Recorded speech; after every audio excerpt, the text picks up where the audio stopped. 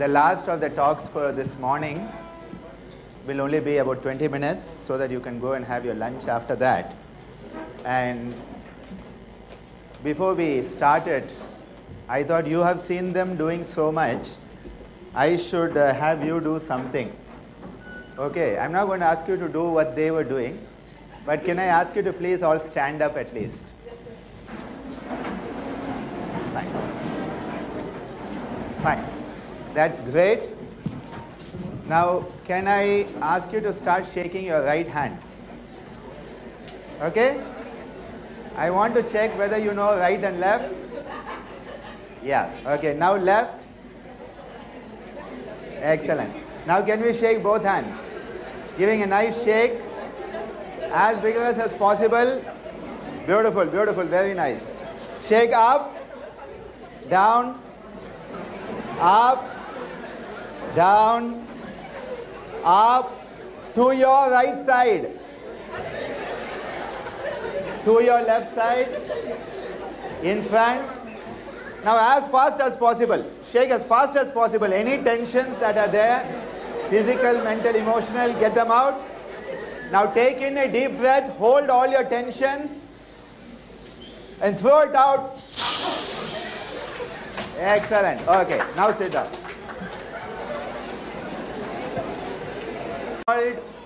Relaxing yourself practice. What you do when you do that practice is that you relax yourself, you let go of the tensions. That if you keep the tension inside you, what happens is stagnation develops. Stagnant water breeds disease. Stagnant thoughts breed even worse disease. And if your emotions are stagnant, again you have disease. So physical, mental, emotional, and even spiritual stagnation, we need to let go of it. And this is a gesture of saying, get out, I don't want you. So any tensions you have, any negativities that start to come up in you, whenever you have the tensions in your life, just say, phew. And you feel much lighter, you feel much better. If you hold on to it, it will create disease. And as our Vice Chancellor so beautifully said today, we need to think of health, salutogenesis. Now, here for that purpose, we have the CYTER in our university. And at CYTER, we are looking at how to bring the old and the new together. And our Siddhas have told us so beautifully, what's in the macrocosm, the universe, is within us. What's within us is there. Andathil ullade pindam, pindathil ullade andam, andamum pindamum ondre, arindu thaan paarkum podu. And that realization is what we are trying to work on. How can we take it forward? And one of the elements, if you want to connect, our Vice Chancellor was talking about coherence, finding that point where you are at balance. The most important aspect of yoga for that is pranayama. It is the bridge between the external world and the internal world. It is put at the fourth place, the fourth limb, or the fourth step of Ashtanga Yoga of Maharishi Patanjali, having 8 steps or 8 limbs. And this is the place where we start to understand our life force known as prana, and we start to work with it consciously. We not only have a physical body, which is the anatomical level of our existence, but we also have a physiological aspect of our existence, a psychological, an intellectual, and yes, we also have a universal aspect of our existence. When we can connect with that universe, we are spiritually healthy.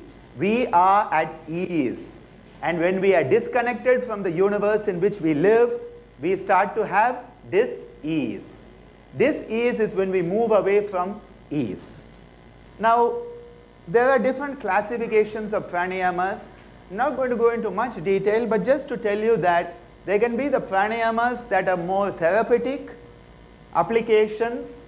You have the pranayamas that help you to go within, understand yourself, and of course the pranayamas that deal with the very important energies, including the Kundalini Shakti, which is a very specific energy that is latent within all of us.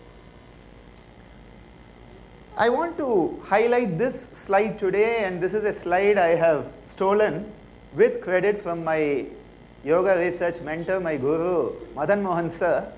But I have not really stolen it because you can see I have given him credit at the bottom. But it's a very beautiful slide because if you understand, the normal breathing is about 500 milliliters, 12 times a minute. You get a ventilation of 6,000. Your dead space, I'm sure you have heard about this dead space area where about 150 milliliters from each breath has no use for you, so it's as good as being dead. You end up with 4,200 milliliters coming in that 1 minute. Shallow breathers, because of them breathing less and faster, end up wasting. Look at the amount of wastage that is there with shallow breathing. And you only end up with 1,500. So to get 1,500 ventilation at your alveoli level, you are doing so much of work, you are killing yourself rapidly. You are dying fast and faster. Now the moment you start to do deep breathing as done in the yoga pranayama, deep, conscious, regular inspiration and expiration, you start to breathe at least 6 times per minute. Now many yogis are breathing less than that, and you think 6 times is difficult? Not at all. Breathe in, 2, 3, 4, 5, out, 1, 2, 3, 4, 5. We can all do that, right?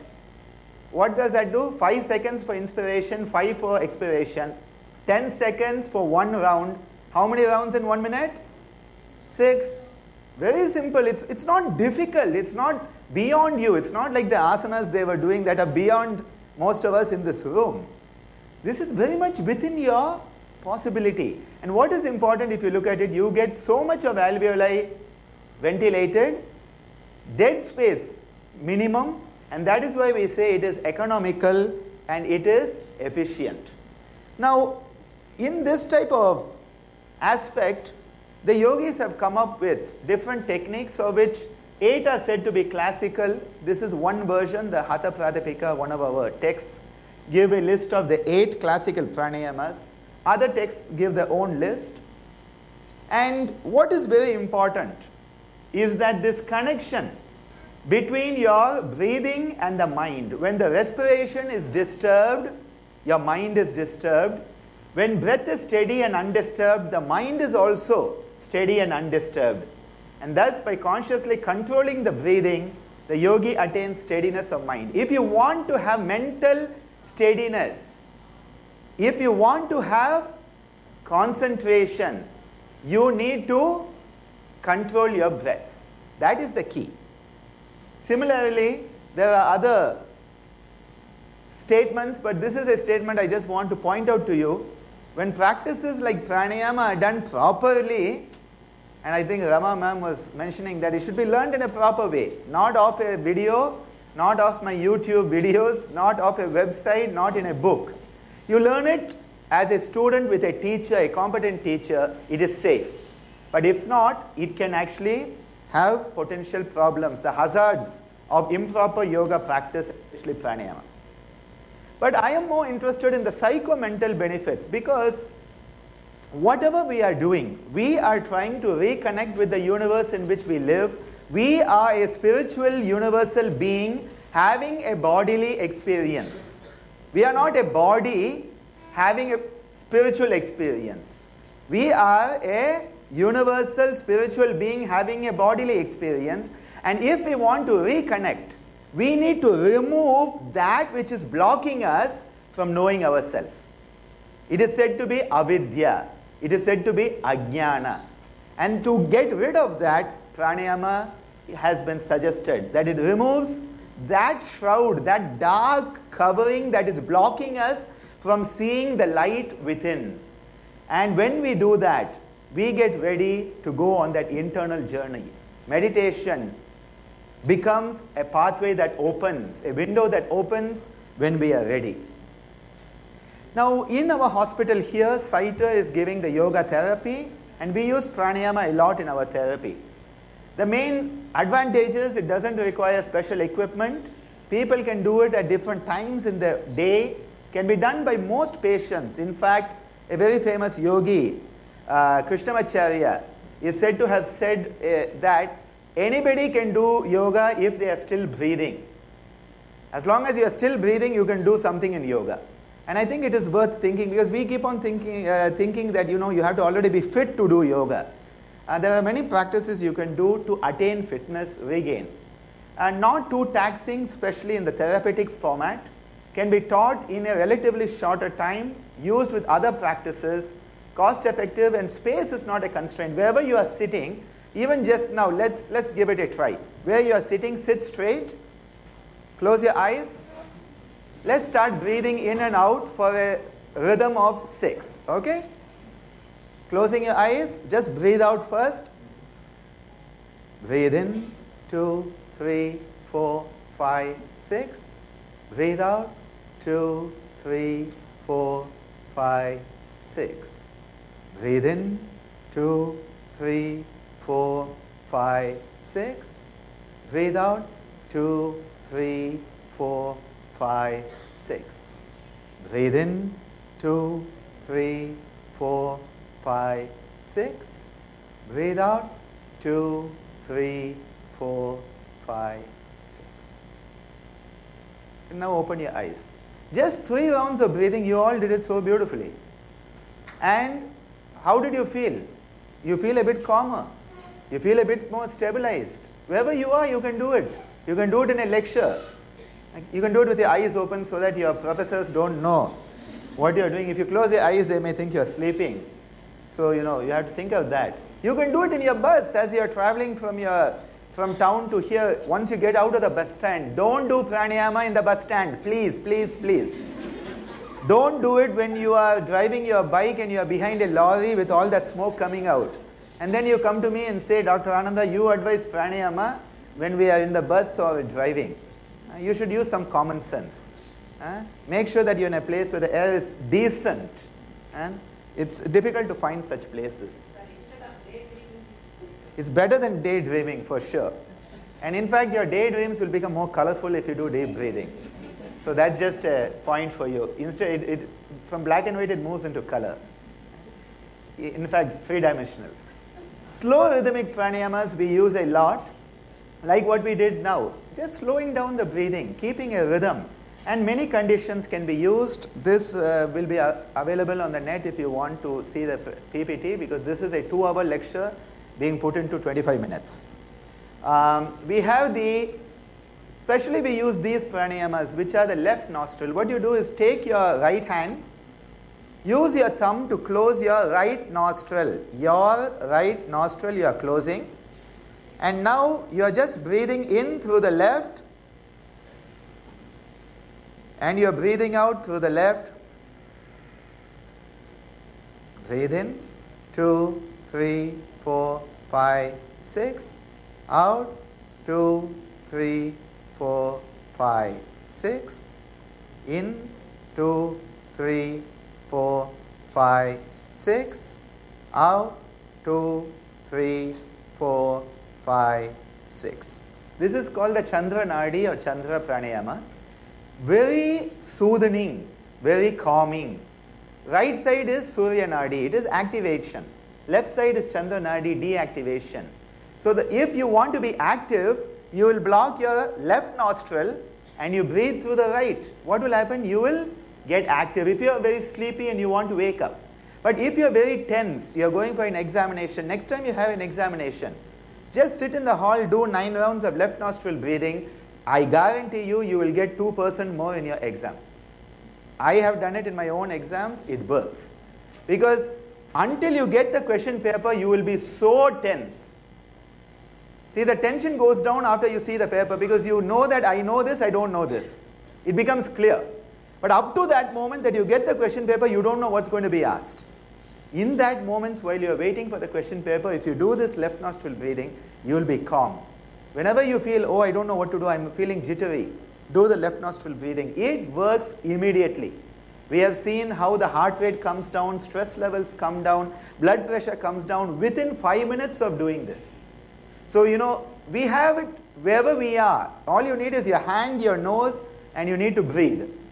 You are breathing because you are living. You have a hand. I think most of us have our hands. We have a nose. All we need to do is have the intent. we should want to do it. As our BC said today, how many patients want to get better? It's a very important determinant whether you get better. Do you want to get better or do you not want to get better? Surya, as I said, is the activation part. We have cleansing practices where we use forceful breathing, like where there is a lot of forcing, and you help to cleanse the whole body systems, physically, mentally, emotionally. And we use these especially in kids who have learning disorders. Again, we have cooling pranayamas, where especially because we have so many dental students, I'll explain sadanta. Danta means teeth. Sadanta, through the teeth. So what you have to do is just through your teeth, and then you breathe out through the nose, through the teeth, out through the nose, through the teeth, out through the nose. Immediately you will feel a sense of cooling. It's a cooling pranayama. Differential heat of evaporation, latent heat of evaporation. As the air goes over the tongue, the water evaporates, you feel cool. Excellent practice for your teeth also. In fact, maybe we will do some studies in dentistry with this pranayama. Maybe it will prevent caries and I don't know what else it will do. The Nada pranayama is what Rama ma'am was talking about, especially the pranava, where we make sound. Now, if I ask you to breathe in for 6 count, you will do it. If I say breathe out for 6, you are able to do it. But if I say breathe out for 18, can we try it? We are going to breathe in for 6, breathe out for 18. Okay? Ready? In, 2, 3, 4, 5, 6. Out. 1, 2, 3, 4, 5, 6, 7, 8, 9, 10, 11, 12, 13, 14, 15, 16, 17, 18. How many of you could breathe out for 18? Okay, a few. I don't count the yoga people. We are abnormal people, okay? Or rather I should say supernormal, but we are abnormal. We don't fall in the normal. Now what we are going to do, what I'm going to say is that we are going to do another thing, and you're going to see how long you can breathe out. The moment you bring sound into the equation, what we are going to do is, going to breathe in for 6. While I'm counting for 6, because I also want to do with you, I'll just tap like this, okay? Or I'll clap. First 6 counts, we are going to make the sound of, it's a guttural sound, not It should be, The next 6 counts, we are going to make the sound, and the last, okay? Those who are interested, try. Those who are not, you don't have to do it. No compulsion. But just I want you to see what happens when sound is brought in, okay? Breathe out. Breathe in. 1, 2, 3.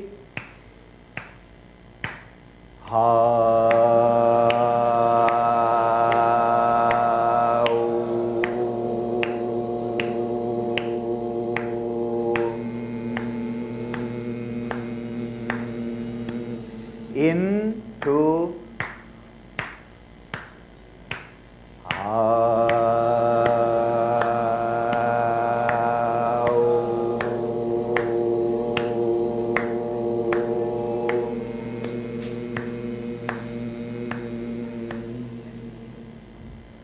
Now how many were able to do for 18 counts? Any more? Few more people? See, what happens is the moment you add sound, you are able to prolong the exhalation much more.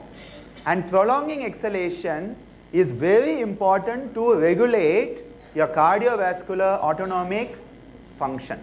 If you want to regulate your heart rate, if you want to regulate your blood pressure, the more you spend time on exhalation, the better it will be.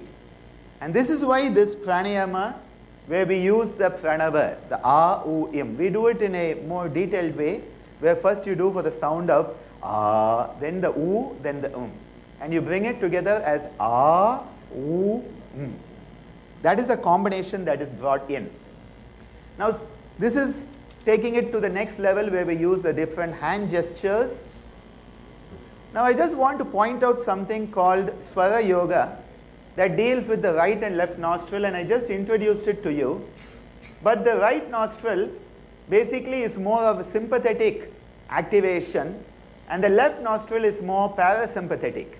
So when you want sympathetic, parasympathetic balance, autonomic balance, the right and left nostrils can be used. And even if you are lazy, most of us are lazy, and you want the benefit without doing anything, all you have to do is lie down like this, and which side is up? Her right side. Now after 10 to 15 minutes, your right nostril will become dominant, and you will be performing Surya Nadi Pranayama passively. And if you want to do Chandra Nadi, left nostril, you are feeling very agitated, lie down with your left side dominant, and within 10 to 15 minutes, you will be passively performing Chandra Nadi Pranayama. And this is why it is said after meals, you should lie down with your right side dominant. And if you want to rest and relax, left side dominant. This is a very important aspect that we use. And we do different pranayamas through the right and left, which I told you. If you are feeling tense, do the left nostril. If you are feeling dull, sleepy, depressed, do the right nostril. Very small key elements that can be done there. And they have found that the right nostril, it activates the sympathetic nervous system. It works on increasing oxygen consumption, increases your metabolism. So if your thyroid is not working enough, what do? Right nostril is what you would like to do to improve your metabolism. You want to lose weight. What do? The right nostril. It increases the heart rate. So, if you already have a higher than normal heart rate, you may not want to do that. And again, some people have what they call low BP. It is more like a syncope. And for those people, it's useful. Or people who are feeling cold. There are many people, especially when your thyroid is not functioning properly, you feel more cold. And so this type of pranayama is useful. Whereas when you want to reduce the sympathetic activity, reduce the stress, decrease the blood pressure, the left nostril breathing is much better. There are different movements we can do, and this is what we were doing earlier at the beginning. Nasaraga Mukha Bhastrika with the jati, where you shake and you throw. It is a way that you use the physical movement and bring the breathing into it to get the maximum benefit. Now, a few studies we have done at Jipmer and here is on this Mukha Bhastrika, a bellows breathing, where you breathe in and then you blast out through the mouth. And when you blast out this way, what we have found is that there is an enhanced neuronal conduction. Your central nervous system functions faster. Your response is better. Which means that if you want to study, you want to retain, you want to pay attention, this type of practice works. And we have showed this even in kids who have learning disabilities. The mentally retarded special children with low IQ, even they have had very good benefits from this. And again, as I said, the left nostril Chandra Nadi Pranayama, we have done the Suka Pranayama. Initially, I just had you breathe in and out for 6 counts. It is a very calm and easy practice. It's called Suka. There's another Savitri, and what we were doing is the 4th part of the pranava with the A-U-M. We have shown how this can help reduce all the heart rate, blood pressure indices in hypertension and diabetes. Quite a few research studies that are there. So very useful practices that we are using therapeutically and can be used by everyone. So to conclude this, I just want to tell you that different pranayamas have different benefits, different effects. Therapeutic potential in stress-related psychosomatic disorders is immense, and virtually every disease today is stress-related. Every disease is psychosomatic. So definitely pranayama has a role there. We could use it either alone or with other practices. Important when you take up the yoga sadhana, we need definitely regular dedicated practice, and we need to have awareness and consciousness. And of course in yoga, the yama niyama, which is about how we live our life, how we are living in tune with ourselves and in tune with